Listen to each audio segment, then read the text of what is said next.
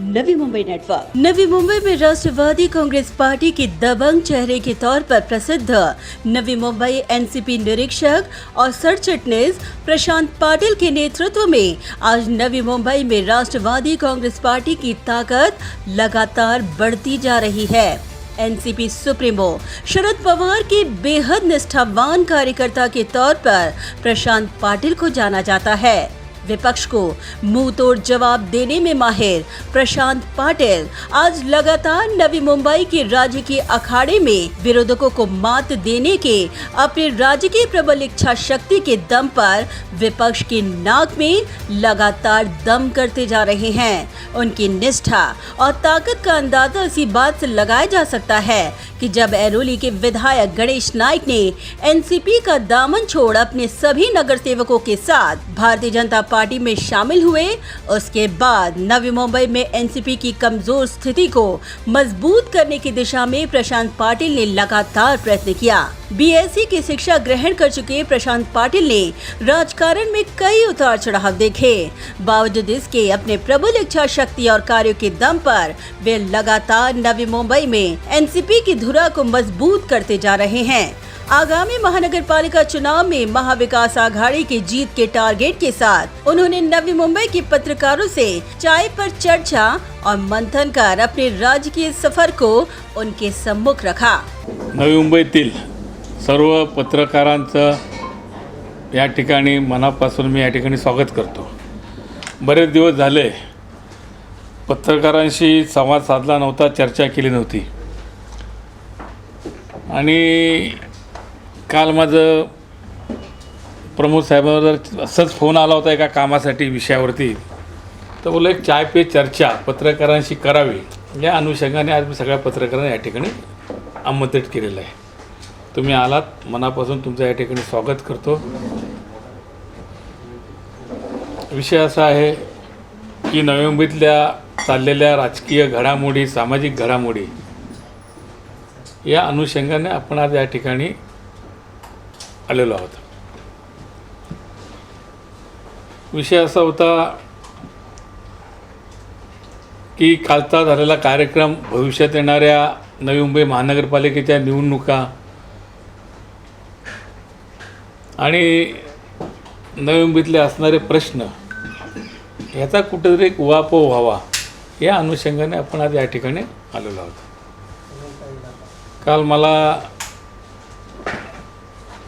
संजय साहेबांनी अजून एक प्रश्न केला का निरीक्षक अजून एक म्हणजे निरीक्षक आहात का नाही तुम्ही, तर या सगळ्या घडामोडीवरती चर्चा व्हावी। तुमच्या माध्यमातून शेवटी पत्रकार हा लोकशाहीचा चौथा स्तंभ आहे आणि त्याच्या माध्यमातून जनतेला, नागरिकांना सर्व बातम्या किंवा सर्व घडामोडी या पोचत असतात आणि खऱ्या अर्थाने पत्रकार हा सगळ्या शासकीय, प्रशासकीय, राजकीय विविध क्षेत्रावरती अंकुश ठेवण्याचं काम हा करत असतो।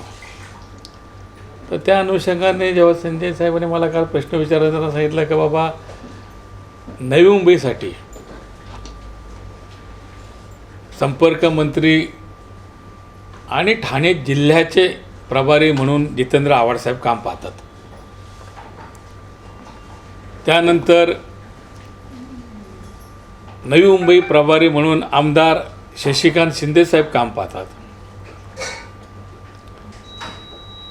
निरीक्षक म्हणून प्रशांत पाटील आजही काम बघतोय, भविष्यातही काम बघणार आहे, महाराष्ट्र प्रदेश उपाध्यक्ष म्हणून नामदेव भगत हे आहेत, महाराष्ट्र प्रदेश सरचिटणीस म्हणून भालचंद्र नलावडे म्हणून नवी मुंबईमध्ये काम बघतात, नव्याने प्रदेश सचिव झालेले बाळासाहेब बोरकर हे सुद्धा नवी मुंबईत काम बघत आहेत, अध्यक्ष म्हणून अशोक गावडे आहेत, कार्याध्यक्ष म्हणून GS पाटील आहेत, त्याचबरोबर विविध सेलचे युवकचे अन्नू अंगरे असतील, महिलांच्या प्राजक्ताई मुंडकर असतील, OBC सेलचे रुपेश ठाकूर असतील, लीगल सेलचे विशाल पाताडे असतील, युवतीच्या श्वेता खरात असतील, अशा विविध क्षेत्रामधील डॉक्टर सेलचे संतोष कांबळकर असतील, असे 20 क्षेत्रातील 20 सेलचे लोक सगळे या ठिकाणी पक्षाचं काम पाहत आहेत। 2 जूनला माझा वाढदिवस होता, नेहमीप्रमाणे साहेबांचा आशीर्वाद घेण्यासाठी मी 8-10 वर्षापासून बंगल्यावरती जातो. साहेब जिथं असते तिथं जातो. दिल्लीला असले दिल्लीला, पुण्याला, मुंबईत असले का मुंबईत जातो. यावेळेस गेल्यानंतर अचानकपणे माझी त्या ठिकाणी दीपक आबा साळुंके माझे जुने मित्र आहेत. माझे आमदार होते. मध्यंतरी ते सोलापूर जिल्ह्याचे जिल्हा अध्यक्ष पण होते, पण नंतर ते BJPत गेले होते निवडणूक काळात आणि परत निवडणुका त्या ठिकाणी परत ते राष्ट्रवादीत प्रवेश केला सत्ता बदल झाल्यानंतर.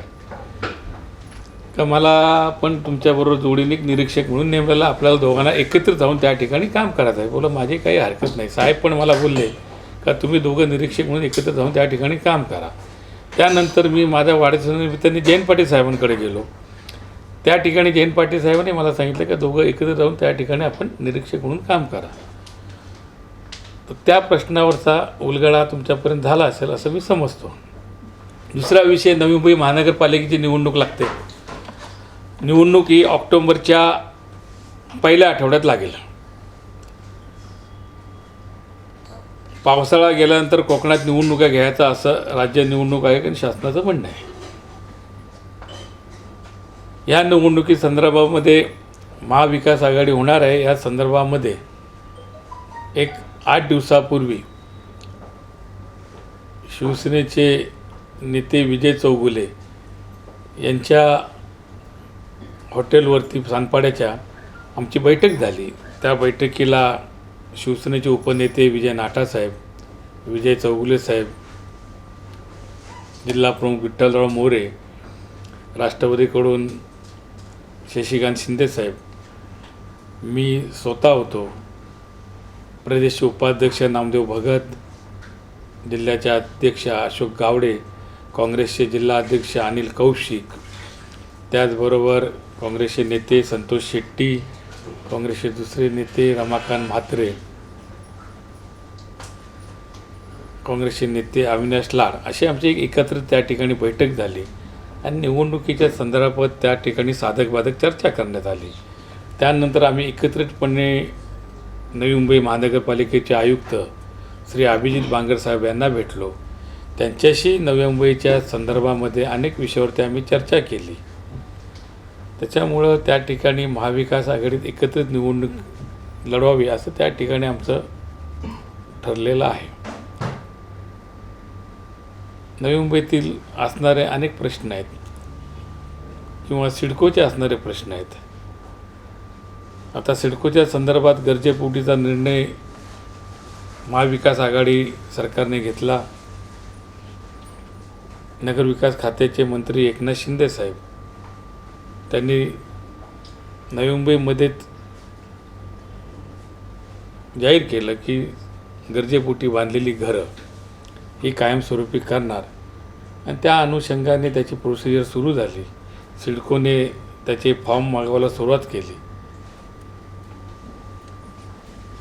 काल उड्डाणपुलाचा प्रश्न एक तयार होत असताना त्या ठिकाणी सुमारे 400 झाडं त्या ठिकाणी तोडली जाणार आहेत आणि त्या अनुषंगाने ह्या महाराष्ट्र राज्याचे मंत्री, या ठाणे जिल्ह्याचे प्रभारी आदरणीय जितेंद्र आव्हाड साहेब यांच्या नेतृत्वाखाली काल एक चिपको आंदोलन आम्ही या ठिकाणी केलं गेलं. आमचं एवढंच म्हणणं आहे, विकासाला राष्ट्रवादी काँग्रेस पक्षाचा कुठेही विरोध नाही आहे, परंतु विकास करत असताना या ठिकाणची असणारी झाडं ही तोडली जाऊ नयेत. त्याच्यासाठी एक तर ब्रिजचा असणारा मार्ग हा दुसरीकडून करावा अशी आमची एक रास्त मागणी आहे. कारण शेवटी ग्रीनरी हे नवी मुंबईचं वैभव आहे आणि नवी मुंबई कॉस्मोपॉलिटन शहर असल्याकारणाने सर्व जाती धर्माचे लोक या नवी मुंबईत राहतात आणि त्या अनुषंगाने त्यातली ही नवी मुंबईतली झाडं जगली पाहिजेत आणि त्यासाठी हे आंदोलन काल राष्ट्रवादी काँग्रेस पक्षाच्या माध्यमातून घेतलं गेलं. खरं म्हणजे 2008ला ठराव आणि त्याचा आता परत 2018ला त्यावेळेसचे नेते नवी मुंबईचे मंत्री गणेश नाईक साहेब, महापौर अंजनी भोईर, उपमहापौर बिराजदार आणि स्टँडिंगचे सभापती त्या काळी संदीप नाईक होते. त्यांनी तो ठराव पास केला होता. त्यावेळेशी त्या पुलाची अंदाजे रक्कम 460 कोटीच्या आसपास होती आणि आता काहीतरी 3.5 कोटीपर्यंत आणले. म्हणजे मला एक गोष्ट समजली नाही का 2008 साली असणाऱ्या किमती त्या 2022 साली कमी झाल्यात का? म्हणजे कुठलीही गोष्ट त्या काळात जर 1 रुपयाची असेल तर ती आजच्या गोष्टीला 5-6 रुपयाची व्हायला पाहिजे किंवा 10 रुपयाची व्हायला पाहिजे असं मला वाटतं. परंतु ते 350 कोटीवरती आलेलं आहे. पुलाला आमचा विरोध नाही, परंतु त्या ठिकाणी झाडं वाचवावी असा आमचा या ठिकाणी राष्ट्रवादी काँग्रेससाठी आमचा प्रयत्न आहे आणि तो त्यासाठी मी काल आंदोलन हाती घेतलं होतं. काल स्वतः आव्हाडसाहेब त्या आंदोलनाला उपस्थित दाखवली होती. परंतु कालचं जे आंदोलन BJP वाल्यांनी केलं, भाजपनी गणेश नाईक साहेबांच्या नेतृत्वाखाली, ते आंदोलन म्हणजे चुकीच्या पद्धतीचं आहे असं माझं मत आहे. ठराव यांनीच पास करायचा, सगळ्या गोष्टी ह्यांनीच करायचं, ह्यांचाच कंट्रोल होता आणि परत ह्यांनीच आंदोलन करायचं, म्हणजे लोकांचा दिशाभूल करण्याचा भाजपचा कविळवाणा प्रयत्न आहे. असे अनेक विषय आहेत. त्या अनेक विषयाच्या अनुषंगाने तुमच्याशी बोलावं. आणि परवाच माझा 2 जूनला वाढदिवस झाला. असंख्य कार्यकर्ते वाढदिवसानिमित्ताने आले होते. सकाळी साहेबांचा आशीर्वाद घेतला, आदरणीय जयंतराव पाटील साहेबांचा आशीर्वाद घेतला. त्यानंतर माझ्या वाढदिवसाला उरण, पनवेल, नववी परिसर कमीत कमी 3-4 हजार लोकांनी मला यावेळेस शुभेच्छा दिल्या, प्रत्यक्षात दिल्या, भेटले. स्वतः या राज्याचे माजी मंत्री, राष्ट्रीय सरचिटणीस आणि खासदार सुनील तटकरे साहेब या वाढदिवसाला हजर होते. त्याचबरोबर नवी मुंबईचे प्रभारी आमदार शशिकांत शिंदेसाहेब स्वतः या वाढदिवसाला हजर होते. आणि नवी मुंबईतील उरण, पनवेलमधील प्रचंड कार्यकर्ते, त्याच्यामध्ये नामदेव भगत साहेब असतील, 95 गाव प्रकल्पग्रस्त समितीचे सुरेश ठाकूर असतील, पनवेल जिल्ह्याचे अध्यक्ष सतीश पाटील असतील, कार्यदर्शी शिवदास कांबळे असतील, प्रदेश सचिव सुरदास गोवारे असतील, प्रदेश सचिव बाळासाहेब बोरकर असतील, युवकांचे तालुका अध्यक्ष, युवकांचे जिल्हा अध्यक्ष अन्नू आंग्रे, पनवेलचे जिल्ह्याचे अध्यक्ष प्रमोद बागल, असे विविध क्षेत्रातील विविध मंडळी काल वाढदिवसाला 2 जूनला या ठिकाणी हजर होती. आणि संपूर्ण कार्यक्रमाचं नियोजन आमच्या महिला प्रदेश सरचिटणीस भावनाताई घाणेकर, आमचे मित्र समीर सुर्वे आणि माझं प्रशांत पाटील मित्रमंडळ आणि उरण पनवेलच्या कार्यकर्त्यांनी त्या ठिकाणी या कार्यक्रमाचं आयोजन केलं होतं. या ठिकाणी एवढंच सांगायचं आहे की भविष्यामध्ये माझं वाढदिवसानिमित्त एक गोष्ट मी बोललो होतो का माझ्या आयुष्यामध्ये कोणाचं चांगलं करता येत नसेल तर मी वाईट करत नाही आणि कोणाला आनंद देता येत नसेल तर मग मी दुःख देत नाही. हे माझं तत्त्व आहे. आणि सर्वात गोष्ट म्हणजे माझं एक स्टेटस आहे व्हॉट्सअपला. मला दुसऱ्याच्या सामर्थ्याची कधीच भीती वाटली नाही. माझ्या स्वतःच्या मनगटात ताकद असेल तर कोणाची भीती वाटण्याचं कारण नसतं. या नवी मुंबईमध्ये 1986 पासून मी येतो आहे. माझं त्या काळात गणेश नाईकांबरोबर राजकारणाची सुरुवात झाली. त्या काळात मी शिवसेनेचा उरणमधला शिवसेनेचा संस्थापक मेंबर, फाउंडर मेंबर आणि शिवसेनेची स्थापना 1986 साली कॉलेज जीवनामध्ये मी केली. आज माझं वय 55 वर्ष वय आहे.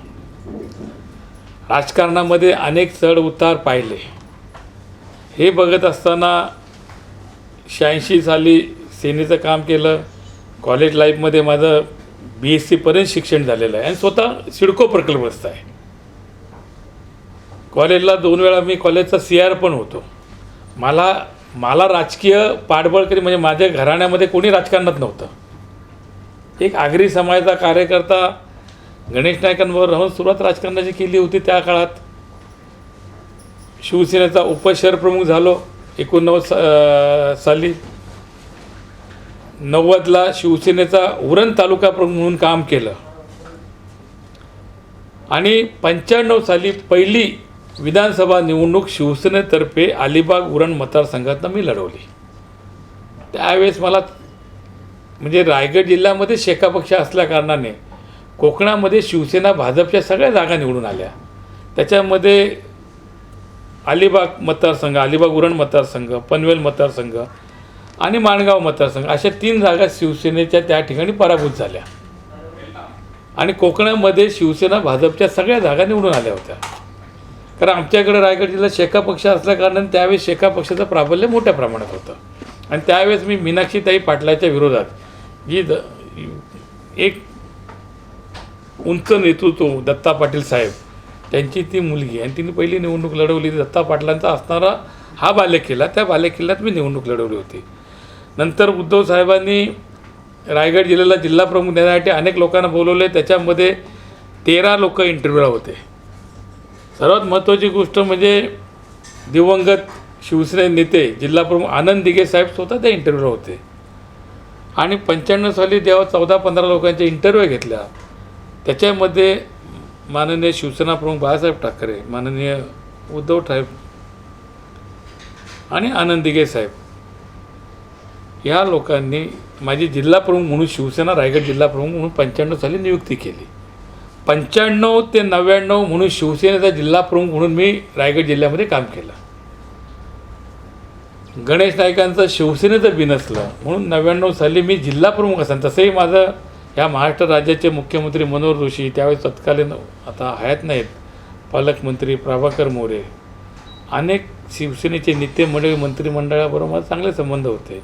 पण पडत्या काळात गणेश नाईकांबरोबर राहावं म्हणून मी शिवसेनेचा जिल्हा प्रमुख असतानासुद्धा मी शिवसेना त्यावेळेस सोडली आणि त्यावेळेस आम्ही शिवशक्ती महाराष्ट्रामध्ये काढण्याचं काम त्यावेळेस केलं. शिवशक्ती काढत असताना सातारा, बीड, सोलापूर, रायगड सगळ्या ठिकाणी आम्ही फिरत होतो. त्यानंतर 1999 साली राष्ट्रवादीची स्थापना झाली. त्यावेळेस वाशीमध्ये आदरणीय राष्ट्रवादीचे सर्वसर्वा संस्थापक अध्यक्ष शरदचंद्रजी पवार साहेब यांच्या नेतृत्वाखाली वाशीमध्ये आम्ही राष्ट्रवादी काँग्रेस पक्षामध्ये राष्ट्रवादी स्थापनेपासून प्रवेश केला. 99 पासून राष्ट्रवादीचं मी काम करत आलो. रायगड जिल्ह्यामध्ये तटकरे साहेबांच्या नेतृत्वाखाली काम करतो.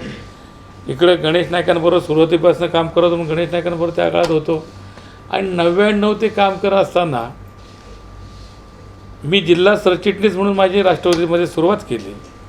त्यानंतर 2014 साली पुन्हा एकदा राष्ट्रवादीने अचानकपणे मला विधानसभेची उरण विधानसभेची तिकीट दिली गेली आणि त्यावेळेस विधानसभा निवडणूक मी राष्ट्रवादीकडून लढली. 2014ला लढवल्यानंतर त्या 8-10 वर्षामध्ये आदरणीय पवारसाहेबांचे माझा एक जवळचा संबंध निर्माण झाला. जयंतराव पाटील साहेब असतील, अजितदादा असतील, त्यांच्याशी एक जवळीक तयार झाली आणि सुनील तटकरे साहेबांच्या नेतृत्वाखाली काम करत असताना मग आझम पानसरेची लोकसभेची निवडणुकीची जबाबदारी मी घेतली उरण मतदारसंघाची. त्यानंतर राहुल नार्वेकर होते, त्यानंतर स्वतः पारदादा पवार होते आणि खरं सांगायचं म्हणजे पारदादाच्या निवडणुकीमध्ये लोकसभा निवडणुकीला पिंपरी, चिंचवड, मावळ त्या ठिकाणी आपण 1.5 लाखाने मायनस होतो. म्हणजे एक चिंचवडमध्येच आपण 97,000 मायनस होतो, मावळमध्ये 21,000 आणि पिंपरीमध्ये 41,000 मायनस होतो आणि पनवेलमध्ये 54,000 मायनस होतो. परंतु कर्जत खालापूरला 1800 मतांनी फक्त पारदादा प्लस होते आणि उरण मतदारसंघामध्ये जी जबाबदारी माझ्याकडे होती त्याच्यामध्ये फक्त 2500ने आपण मायनस राहिलो होतो. त्या काळात आपण झोकून काम केलं होतं आणि एक चांगलं म्हणजे लेवलमध्ये आणण्याचं काम उरण मतदारसंघात केलं होतं. 2017-18 साली म्हणजे माझ्या आयुष्यामध्ये मी संघर्षच करत आलो आहे. एक त्या काळात तर एक मला उरण तालुक्यामध्ये आता पनवेल नवी मुंबईमध्ये भाऊ नावानेच ओळखतात आणि एक संघर्षशील प्रशांत पाटील 15 वर्ष सत्तेत कधीही मला आमदारकी किंवा महामंडळ मिळालं नाही, त्याचं कधी मला दुःख वाटलं नाही. कारण मी चळवळीतला कार्यकर्ता आहे. कुठल्या नेत्यांनी मला काय दिलं नाही, घेतलं नाही, त्याचा कधी मला वाईट वाटलं नाही. परंतु ज्यावेळेस 2017 साली मी पहिला पवारसाहेबांचा उरणमध्ये राष्ट्रवादी काँग्रेस पक्षाचा फार मोठा मेळावा ठेवला होता आणि तो मेळावा एवढा सक्सेस केला का त्या मेळाव्याला 6,000 ते 7,000 लोक उरणला होती. त्याच्यानंतर परत दुसऱ्या वर्षाला पवारसाहेब आले, तो एक मोठा मेळावा घेतला. त्या काळामध्ये मग मधुकर पिचड साहेब असतील, छगन भुजबळ साहेब असतील, आर आबाप असतील, जयंत पाटील साहेब असतील, अनेकांचे मेळावे उरण तालुक्यामध्ये मी राष्ट्रवादीचे घेत गेलो. अनेक उरण तालुक्यात चांगली राष्ट्रवादीची संघटना बांधत गेलो. अनेक JNPT, कारण आमचा उरण तालुका म्हणजे एक औद्योगिक क्षेत्र आहे. उरण तालुका हा जगाच्या नकाशावरती आलेला आहे. कारण तुम्हाला पत्रकार म्हणून याची सगळी कल्पना असेल, परंतु आज उरणमध्ये JNPT सारखा मोठा केंद्रातला प्रकल्प आहे, जो आशिया खंडात सर्वात मोठा आहे. त्याच्यानंतर त्या ठिकाणी गेटवे टर्मिनल सारखा मोठा बंदर आहे. NSIGT सारखा प्रकल्प आहे. DP world, Dubai port world सारखा प्रकल्प आहे. आता जो Singapore port, Bharat Mumbai container terminal आहे, आणि अनेक CFS आहेत.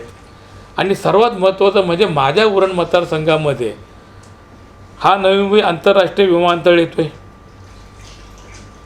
या ठिकाणी 700 एकरमध्ये JNPTने SEZ तयार केलं आहे. भविष्यामध्ये सिडकोच्या माध्यमातून 700 एकरमध्ये लॉजिस्टिक पार्क दुबईच्या धर्तीवर बनतं आहे. न्हावा शिवडी लिंक हा उरणमध्ये जातो आहे.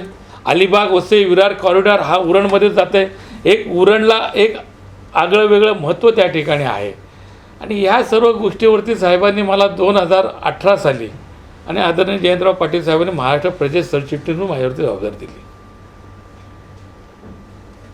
2019च्या निवडणुका आल्या. नाईक कंपनी भाजपमध्ये गेल्यानंतर साहेबांनी मला बोलवून नवी मुंबईचा निरीक्षक म्हणून तुला सांभाळायचं आहे आणि ही जबाबदारी तुझ्याकडे घ्यायची आहे. मी अनेक नेत्यांना सांगितलं, पण कोणी जबाबदारी घेत नाही. मला कोणाची याच्यावर नावं घ्यायची नाहीत, पण तू ही जबाबदारी सांभाळावी असं मला वाटतं. निरीक्षक म्हणून घेतल्यानंतर मी अनेक त्या काळातल्या असणाऱ्या सगळ्या लोकांना भेटण्याचा प्रामाणिकपणे प्रयत्न केला. काही लोक आमच्याबरोबर काही गेली. मग त्या काळामध्ये मी निर्णय घेतला आणि अशोक गावडेंना नवी मुंबईचा जिल्हा अध्यक्ष म्हणून साहेबांकडे मी फोकस केलं आणि साहेबांकडे त्यांना घेऊन गेलो. आणि त्याच्यानंतर 20 सेलचे सगळे अध्यक्ष आणि राष्ट्रवादी नवी मुंबईत वाढवण्याचा प्रामाणिकपणे या ठिकाणी प्रयत्न केला. 2 विधानसभा निवडणूक आपण या ठिकाणी दोन्ही मतदारसंघाच्या लढवल्या. 80 ते 85 हजार मतं, राष्ट्रवादी जी मतं होती इंटॅक्ट, ती मतं पक्षाकडे कायमस्वरूपी ठेवण्याचं काम प्रामाणिकपणे आम्ही या ठिकाणी आदरणीय पवारसाहेब, आदरणीय जयंतराव पाटील साहेब, आदरणीय अजितदादा, आदरणीय सुप्रियाताई यांच्या माध्यमातून या ठिकाणी केला. आज खऱ्या अर्थाने नवी मुंबईत चांगल्या प्रकारे राष्ट्रवादी तयार झालेली आहे. त्याचबरोबर मध्यंतरच्या काळामध्ये 1.5-2 वर्षापूर्वी आदरणीय तटकरे साहेबांनी पनवेलमध्ये लक्ष टाकायला सांगितलं, पनवेलमध्ये लक्ष टाकलं. आणि ह्या सर्व घडामोडीमध्ये भाजपच्या सगळ्या नेत्यांना अंगावर घेण्याचं काम मी या ठिकाणी केलं. आणि मला एक सवय नाही, ताकाला जाऊन गाड गेला पाहिजे. साहेबांचा आदेश असल्यानंतर मी कोणाच्या बापाला आजपर्यंत घाबरलो नाही. अनेक JNPT संघर्ष केलेत, अनेक आंदोलनं केलीत. कधी कधी अधिकाऱ्यांबरोबर माझी भानगडीही झालेल्या आहेत JNPT परिसरात. कारण तो प्रश्न असतो, प्रकल्प असताना नोकरी देणं, प्रकल्प प्रश्न सोडवणं, 12.5% JNPTचा प्रश्न असेल, 12.5% सिडकोचे प्रश्न असेल, अनेक सिडकोचे अनेक प्रश्न असतात. त्या सगळ्या प्रश्नासंदर्भात माझी नेहमी अग्रेसिव्ह भूमिका आजपर्यंत राहिलेली आहे आणि भविष्यातही राहणार आहे. त्याच्यामुळं कुठंतरी प्रशांत पाटील हा पत्रकाराच्या माध्यमातून जनतेला समजावा, ही अशी माझी एक उदात्त भावना या ठिकाणी होती.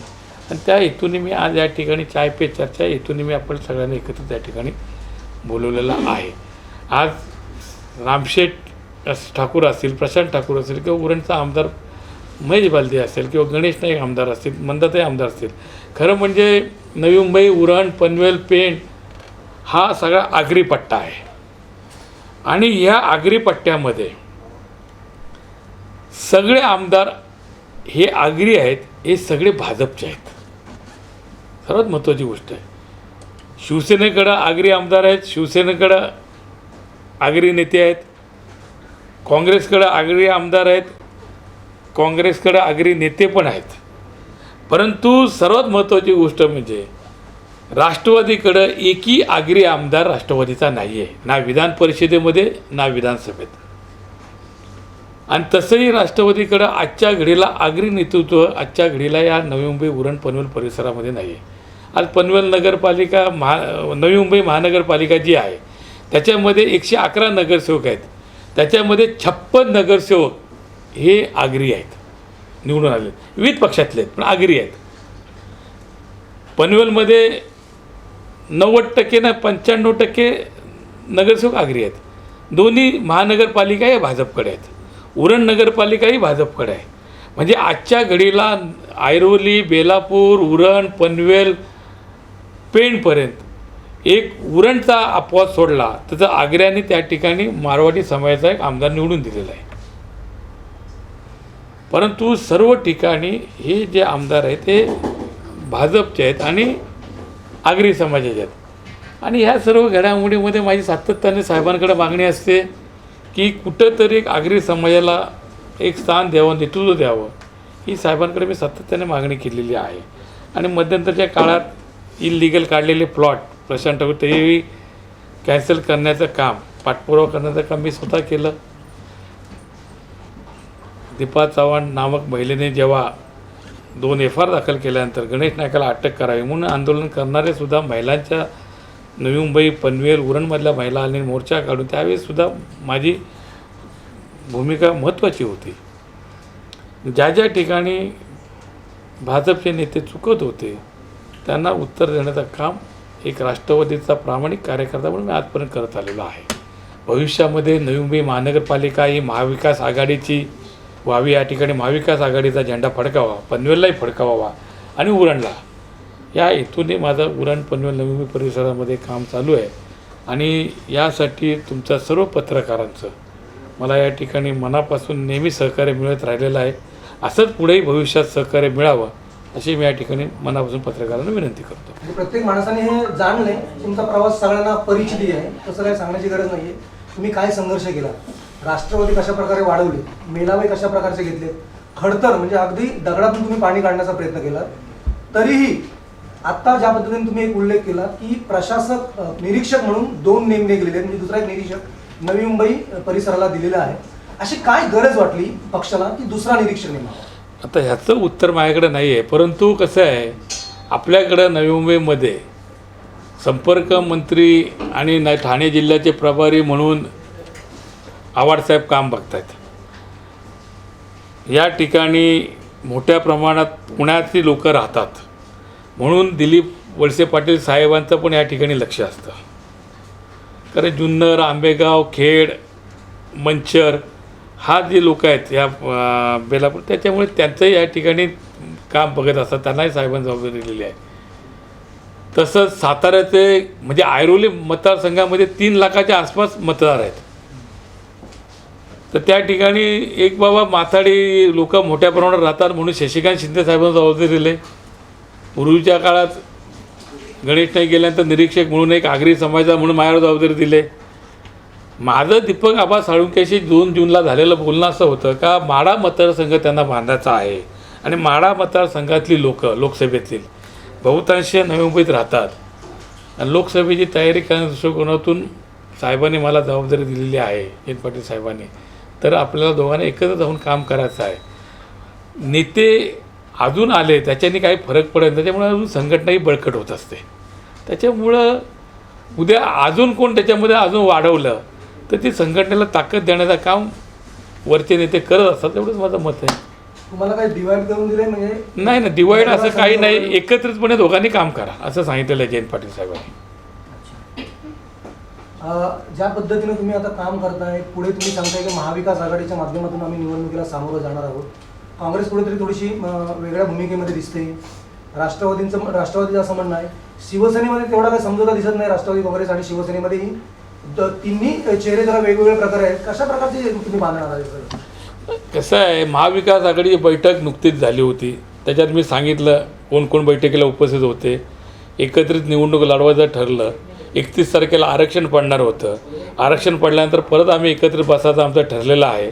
आणि त्या अनुषंगाने जर नवी मुंबईमध्ये सत्ता आणायची असेल तर तिन्ही पक्ष एकत्र राहणं ही काळाची गरज आहे. जर वेगवेगळे राहिले तर त्याचा फायदा ॲटोमॅटिक भाजपला होऊ शकतो. त्याच्यामुळं या ठिकाणी शिवसेना, काँग्रेस, राष्ट्रवादी काँग्रेस एकत्रितपणे निवडणूक लढवली तर 100% महाविकास आघाडीचा महापौर या ठिकाणी बसेल. ज्या पद्धतीने तुमची मागच्या कालखंडामध्ये चर्चा होती की सिडकोचं अध्यक्षपद तुमच्याकडे येणार आहे, सिडकोचं महामंडळाचं वाटपच होत नाही आहे, काय प्रॉब्लेम आहे? हा विषय माझा नाही आहे, हा महाविकास आघाडीच्या सरकारचा निर्णय आहे. यामध्ये आदरणीय शरदचंद्रजी पवार साहेब आहेत, माननीय उद्धव साहेब आहेत, अजितदादा आहेत, जयंतराव पाटील साहेब, काँग्रेसचे बाळासाहेब थोरात आहेत, अशोक चव्हाण साहेब आहेत. हे एकत्रितपणे निर्णय घेण्याचं काम महाविकास आघाडीचे नेते मंडळी घेणार आहेत. त्याच्यामुळं महामंडळ कधी जाहीर करायचं, काय करायचं, हे मुख्यमंत्री उपमुख्यमंत्री साहेब हे एकत्रितपणे ठरवणार आहेत. सिडको मंडळावर आजपर्यंत ज्या स्थानिक प्रकल्पग्रस्तांचा त्याग झाला, त्यांनी जमिनी दिल्या, त्या खऱ्या अर्थाने लोकांची अपेक्षा आहे की तळागाळातला एखादा कार्यकर्ता त्याच्यावर नेमला जावा. परंतु आजपर्यंत पाहिलं तर सिडकोने प्रथमच 2 आगरी समाजातील नेते त्या ठिकाणी दिले संचालक म्हणून, एक JM म्हात्रे, त्याच्यानंतर प्रसाद ठाकूर. पण ह्या दोघांचीही बघण्याचा दृष्टिकोन, ते कॉन्ट्रॅक्टर आहेत, ते एक उद्योगपती आहेत. तर खऱ्या अर्थाने पक्षाने आजपर्यंत न्याय दिला नाही, तर राष्ट्रवादी त्यासाठी पुढाकार का घेत नाही? आता मी स्वतः सिडकोच्या चेअरमन पदासाठी इंटरेस्टिंग आहे. यासाठी सातत्याने मोठ्या साहेबांशी, जयंतराव पाटील, अजितदादांशी, तटकरे साहेबांशी या संदर्भात बोललेलो आहे. मी स्वतः सिडको प्रकल्पग्रस्त आहे, शिक्षण BSc झालं, राजकीय अनुभव आहे आणि विविध सिडकोमधील JNPT परिसर सगळ्या कामाची मला जाण आहे. त्याच्यामुळं सिडकोचं चेअरमन पद मला मिळावं यासाठी मी आग्रही मागणी माझ्या राष्ट्रवादीच्या पवारसाहेबांपासून सगळ्या नेत्यांकडे केलेली आहे. शेवटी निर्णय हे नेते मंडळी घेतील. कारण कसं असतं, नगरविकास मंत्रीपद हे शिवसेनेकडे आहे आणि महाराष्ट्राचं मुख्यमंत्रीपद शिवसेनेकडे आहे. ज्याच्याकडे कॅबिनेट मंत्रीपद असतं त्याच्या विरोधकाकडे हे महामंडळ जातं असापर्यंतचा संकेत आहे. म्हणजे जर सण तुम्ही 90 सालापासून सगळं पाहिलं, सत्तेतलं राजकारण, ज्या ज्या काळात म्हणजे 95 साली शिवसेना BJP सत्ता होती, त्यावेळेस नारायण मराठे BJPचे सिडकोचे चेअरमन झाले. अशाच प्रकारे सातत्याने ज्याच्याकडे कॅबिनेट असतं त्याच्या विरोधातला हा महामंडळावरती जातो. आता आपण प्रशांत ठाकूर यांचा उल्लेख केलात. एक अपवाद सोडला तर महाराष्ट्रामध्ये नगरविकास खातं आणि मुख्यमंत्रीपद देवेंद्र फडणवीस साहेबांकडे होतं. सिडकोचं चेअरमनपद त्यांच्याकडे दिलं. परंतु ह्याच्यामध्ये त्यांनी काय काम करावं किंवा नाही केलं हे सर्व जनतेला माहीत आहे. फक्त एक काम केलं, स्वतःचे 358 प्लॉट काढण्याचं काम प्रशांत ठाकूर चेअरमन असताना केलं आणि मी सातत्याने बोलत आलो. नैना प्रकल्पाला संपूर्ण गाववाल्यांचा विरोध आहे, परंतु त्याचं पहिला फैजचं नारळ फोडण्याचं काम प्रशांत ठाकूर चेअरमन असताना रामशेठ ठाकूरनी केलं. हे अख्ख्या जनतेला माहीत आहे. जे मात्र कॉन्ट्रॅक्टर आहेत हे तर अख्ख्या जनतेला माहीत आहे, परंतु त्यांनी स्वतःची छाप कधी त्या ठिकाणी पाडली नाही. त्यांनी फक्त कामाच्या व्यतिरिक्त कुठल्या गोष्टीत लक्ष दिलं नाही. आता त्यांनी 100 प्लॉट काढलेले आहेत, तसे 358 प्लॉट आहेत. तसे जे मात्रेचे 100 प्लॉट आहेत, जे सेम कंडिशनमध्ये जसे प्रशांत ठाकूरचे म्हणजे पत्नीच्या नावाने प्लॉट होते, तसे जे मात्र 100 प्लॉट आहेत आणि तेही सेक्टर बदलून दिले गेलेले आहेत. आणि ज्या ठिकाणी जसं ते कोर्टामध्ये ज्याच्या जागेवर दिलं तो माणूस कोर्टात गेला आहे, म्हणजे ते पूर्णपणे इल्लीगल आहेत. असा सगळा प्रकार आहे. माणूस तिथं गेल्यानंतर स्वतःचा स्वार्थ बघण्यापेक्षा जनतेने, शासनाने जेव्हा ज्याचं शासन त्याने पाठवल्यानंतर लोकांची कामं व्हायला पाहिजेत, प्रकल्पग्रस्तांची कामं व्हायला पाहिजे, त्या ठिकाणी समन्वय साधला गेला पाहिजे. अशा पद्धतीने काम करणं आवश्यक आहे, असं माझं तरी मत आहे. या रायगड जिल्ह्यावर हात फिरवतात, तर मग लोकांनी काय समजावं? आता ह्या गोष्टी मी कसं आहे, रयत शिक्षण संस्थेमध्ये साहेबांनी आजपर्यंत कधी मोठ्या साहेबांनी राजकारण आणलं नाही. रयत शिक्षण संस्था साहेबांचं म्हणजे एक हृदयातलं वेगळं स्थान आहे आणि ते जपण्याचं काम केलं. त्याच्यामध्ये सर्व पक्षातली लोक, त्याच्यामध्ये मॅनेजिंग काउन्सिल सदस्य, जनरल मेंबर सगळे आहेत त्याच्यामध्ये. आता रामशेठ ठाकूर साहेबांची एक सवय आहे, आवळा देऊन कोवळा काढायची, असं बोललं तर वावगं ठरणार नाही. कसं आहे, त्या ठिकाणी पवारसाहेबांचे पायधराचे मदत करायची, इकडे भाजपबरोबर राहून राजकारण करायचं आणि भाजपमध्ये काम करा असताना राष्ट्रवादीला दाबवायचं काम करायचं, ही रामशेठ ठाकूर, प्रशांत ठाकूरची पहिल्यापासून प्रवृत्ती आहे.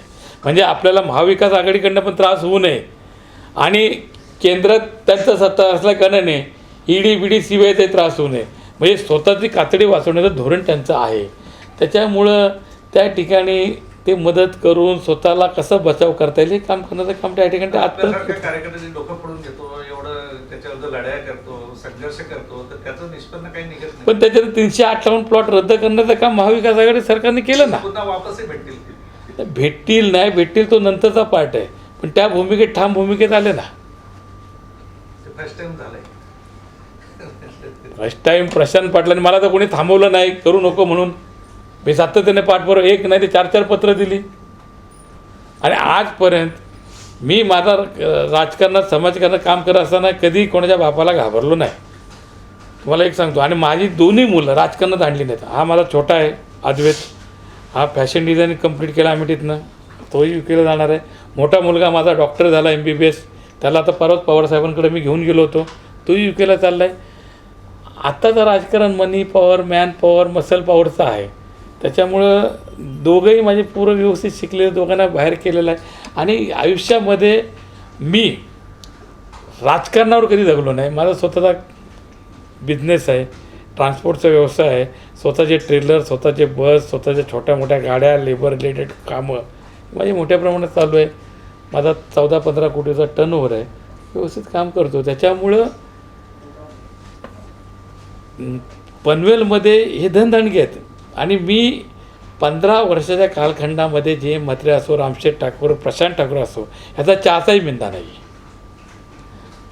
म्हणजे काही लोक डोनेशन मागायला, हे मागायला, ते मागायला असतात. मी आजही कुठल्या कार्यक्रमासाठी कधी यांच्याकडं खणाकडं कधी हात पसरवला नाही. जेवढे कार्यक्रम केले ते माझ्या खर्चातनं करत आलेलं आहे.